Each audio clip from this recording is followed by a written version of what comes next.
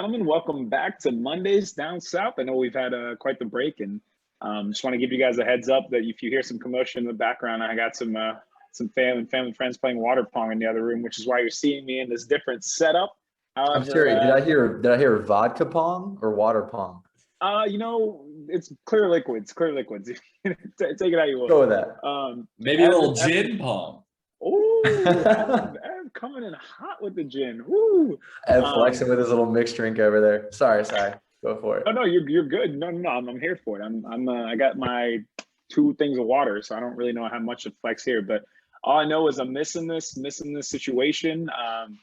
For our viewers that have joined us before, today has been very Mondays Down South-esque. I played basketball at our usual courts, and then I went to Texas Roadhouse. So shout out to our Mondays Down South routine when these guys are home. I was missing you guys a little extra, so it's a perfect night to record a podcast, if you will. And with that being said, Evan, Zach, you guys got anything you want to mention before we get the ball rolling? Yeah, I got 2 questions for you, Si. First of all, did you smoke Julian in one-on-one? And 2, did you order the boneless wings at Texas Roadhouse?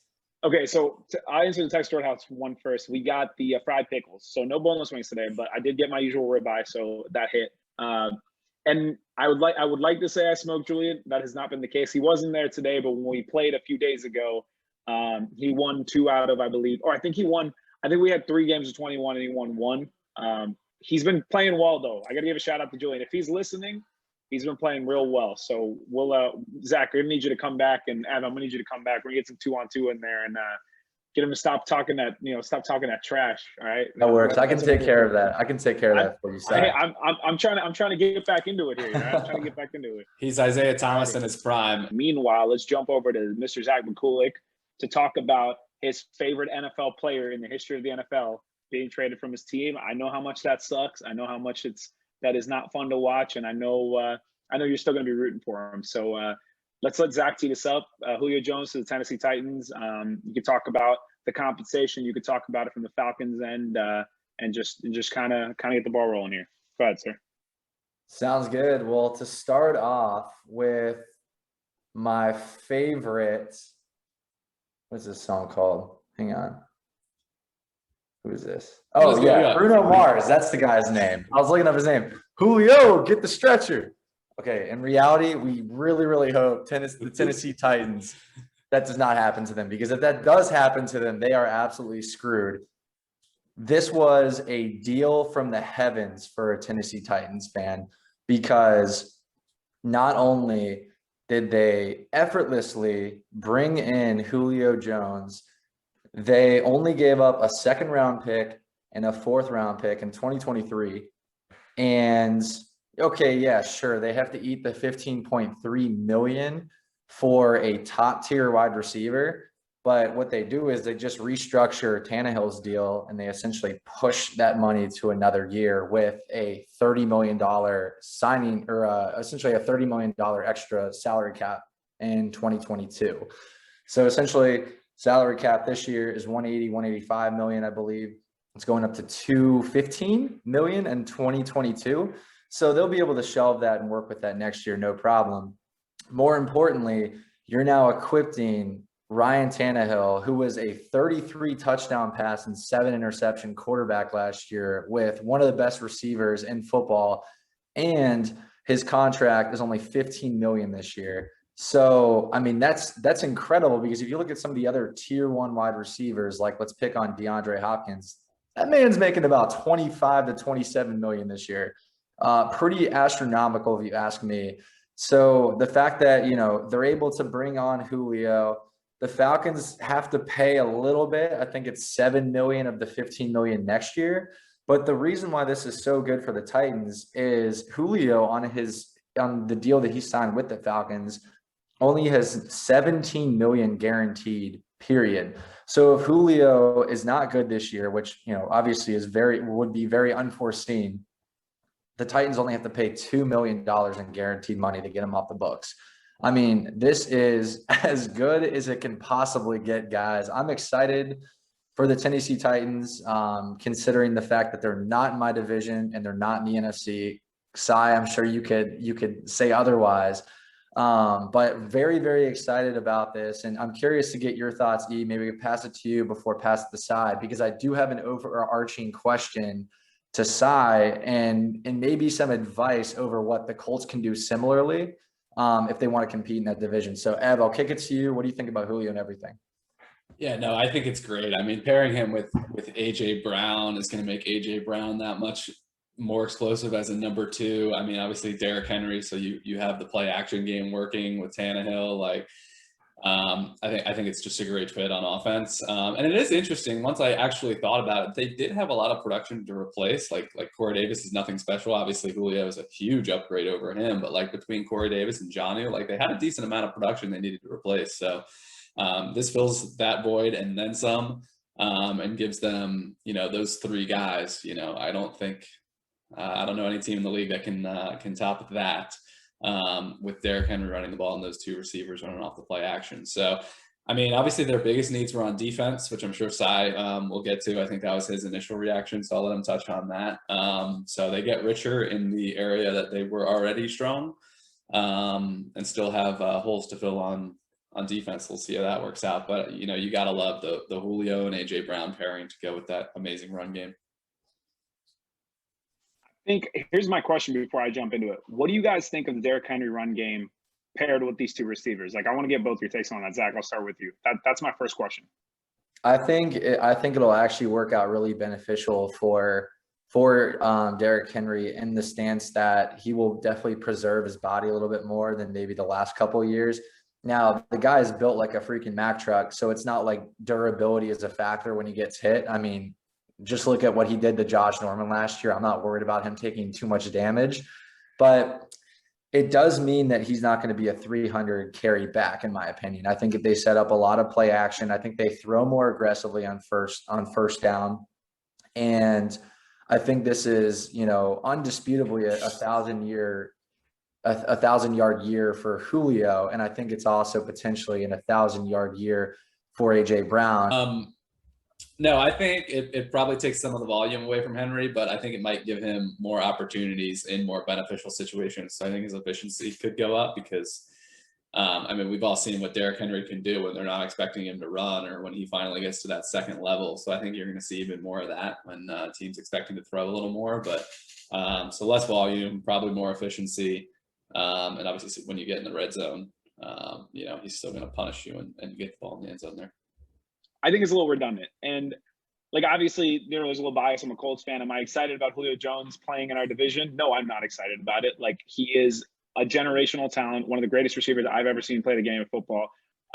Even if he's older, when he's on the field, he's still extremely impactful.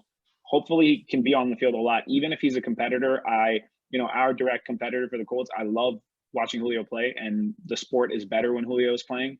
And I really hope he does get to play. I'm just a little confused because defense, and they were already not a good defense to start off with. Like, the reason last year they were not able to have success wasn't their offense, it was their defense. Like, their run first offense, Derrick Henry is their anchor. That should never change. I don't care if you have Michael Irvin, Randy Moss and Jerry Rice in their primes. Like, if you have Derrick Henry and that kind of run game offensive style that you have, where you can just beat people up, you should be committing to that. So maybe they're paying Julio to be a guy that doesn't do what he's done in the past, because AJ Brown is an up and coming receiver too, right? It's not like AJ Brown becomes chump change. It's going to be both of those guys playing within the system. So I'm a little confused what their plan on offense is going to be, because obviously they'll be open plenty on play action, and yes, it'll open up even more for Derrick Henry potentially. On the flip side of that, though, how drastically is it making? Like, how drastically is your offensive improving? Like, how much more are you wanting Ryan Tannehill to throw the ball versus having Derrick Henry be your anchor on the offensive front and running, right? So that's the part that gets me a little bit, because I want to see what they do on offense before I get too excited. On the flip side of that, defensively, this is why I'm not as worried about it as a Colts fan. They could put up 40 points in a game. Am I super worried about like their defense stopping offense or other offenses though? No, I'm not, because I genuinely think that they addressed the need that they didn't really need to like address to that level. Like, sure, adding another receiver might have been good for them. Do they need to pay 16 to $18 million a year for an older receiver to come to an offense that's already got their foundation of Derrick Henry when you have $16 to $18 that you could have allocated to fix another need that you had on your team that would have made you a better team holistically? That's the question that I have. And like I know I'm speaking from a Colts fan's perspective. Chris Ballard would never do that. Are you kidding me? Like if with the need that you have, you pay for an older receiver, a generational receiver, but an older veteran receiver injury, taking on a salary cap for the next couple of years, and you're missing out on a huge need. Like you couldn't tell me one like massive game-changing playmaker on their defense. Like could you? Like I don't know. Like I don't know. Kevin Byard. I like Kevin Byard. They have legit. They have two guys. I think they literally have Kevin Byard. Isn't one of their front seven guys? I think is good. They're both good. They're not game changers. They're not like the for the Colts example. They're not DeForest Buckner or Darius Leonard. They're not Aaron Donald. They're not like they don't have like a guy that's gonna like completely like take over a game on defense. That you need at least one guy and then a support system. They don't have like that anchor guy to build their defense around, and yet they paid all this money, and now they have an offense that's fully loaded. And I'm not going to pretend like I'm not afraid of their offense. I am, but I also think at the same time, you can't get away from Derrick Henry. And my worry them getting Julio means that they're going to have to be like, oh, we're paying Julio this amount of money. AJ Brown is this good. Like we have Derrick Henry. I think it makes it a little bit more complicated offensively for them, and in the sense of what they're trying to achieve. That's my perspective. I won't get into it too far. No, I get that point of view because it's like there's too many mouths to feed and there's too much talent, and you're trying to create plays for all these different, like you're trying to essentially invent plays for each one of these roles, and it just can become too debilitating because it doesn't become as fluid of an offense. Now, I'm sure that these guys are professionals. They'll figure that out. No questions asked, but it does introduce the question, are they trying to essentially do what the Falcons did back in 2016 when they exhausted all resources offensively and they had no defense, and they were somehow able to outscore their opponents, and they lived by that through the playoffs and into the Super Bowl. I could see them kind of trying to build a scenario around that. Ryan Tannehill's certainly proved himself, and he's set with the restructure, he's set to make $40 million next year in 2022. So they're certainly committing to him. But I mean, in defense into what they're trying to do, they were 18-8 under Ryan Tannehill as a starter. So imagine with one of the best wide receivers in the NFL, who will also open up routes for AJ Brown. I mean, it does beg the question, with Julio, does it truly take them to new heights, knowing that Mike Vrabel is a defensive-minded coach, knowing that despite the fact of the lack of personnel, which everyone knows, Mike Vrabel is such a defensive mastermind that he'll be able to figure it out and put the pieces of the puzzle together to ensure that they're mediocre at best, to ensure that offense can really thrive. That's kind of my opinion on why they would do that. I mean, they weren't even mediocre last year, and they have less than they last year. They lost like several guys on the defensive front from last year, and they weren't even mediocre last year, right? Like the flip side of that is I'm really curious to see how much they're going to run versus throw. Like they should be giving Derrick Henry the same amount of carries as they did last year, and if they don't, then they're getting away from what makes them the lethal team that they are. That's the way I see it. Like Derrick Henry still needs to be a focal point of your offense, and maybe that benefits them though, because maybe that means Julio maybe doesn't deal with as many injuries and stuff because he's not having to take on as much of a load or whatever it is. Hopefully that's the case. The one thing I will say though is it seems like everybody on that team wanted Julio to come. Like it doesn't seem like there's any kind before the trade happened. Like AJ Brown was out there tweeting, Derrick Henry was out there tweeting, and everybody was like super like keen on the idea of him coming over and playing with them. And so I don't think anybody's like, oh, you're taking away from my role. I think they're embracing him. And Julio is one of the most respected players in the NFL. So I think any team's going to benefit from his leadership. So, yeah. Well, and to be clear, they only have those three guys, which isn't with how much volume they get on offense, because how strong they are on offense. Like that's not that much to go around. I mean, obviously there are three guys that all need theirs, and to your point, Derrick Henry gets a huge chunk, but it can allow them to kind of take a little pressure off Derrick Henry early, so that come playoff time, he's rushing for 200 yards a game like he usually does, because they're just feeding him in the colder weather. And 3 guys, I mean, Corey Davis got a lot of volume last year and he's gone. I mean, Jonnu got the ball a little bit. And there's no one else there. So I don't think they're going to have any problem with having the whole too many mouths to feed situation. I think they'll still run through Derek, but I think it allows them to take a little bit of the heat off him, specifically early. And then hopefully by the end of the year, like Sai said, it's like, that should still be the game plan. So, go ahead, Zach. Oh yeah, so actually you can finish off of one side because I was going to transition to that question I had for the Colts. So No, I probably would have said something about the Colts anyway. So go ahead. All right, sweet. So essentially what the Titans did and allowing Tannehill to prove himself for a year and a half. Now he's certainly done that. So they're willing to, extend him to make him more of a cap liability in 2022. It goes to show that the salary cap is truly just a number, because essentially if they really wanted Julio, now sure, they could have used that cap space for other things like defensive players. And I believe you mentioned that on the podcast here a little bit earlier, but does this not introduce maybe a potential tactic that the Colts could use with Carson, despite the fact that he hasn't played a game yet? Because we know a couple of things are happening, right? They have to pay Quentin Nelson, and they certainly have to pay Darius Leonard. So when it comes to those two guys, and those guys are going to demand like top market money, considering they're arguably the best players in their a lot of positions. So it begs the question, do you try to restructure Carson Wentz's deal now, hoping and praying that he will be good, or do you wait 1 year and then maybe restructure if he has proved himself? We have Carson Wentz on our roster, and we're still the 5th in the NFL in terms of how much cap space we have available. Like, am I worried about our cap space? Not even a little bit, because Chris Ballard knows what he's doing, and he wouldn't have made that trade without knowing that those extensions were coming up. We literally have money to sign another quarterback. Like, we could sign another quarterback to like a top tier contract and still have some cap room left. So am I worried? No, because, and here's the thing, we're going to now keep Darius Leonard. That's why we have the cap room we have left.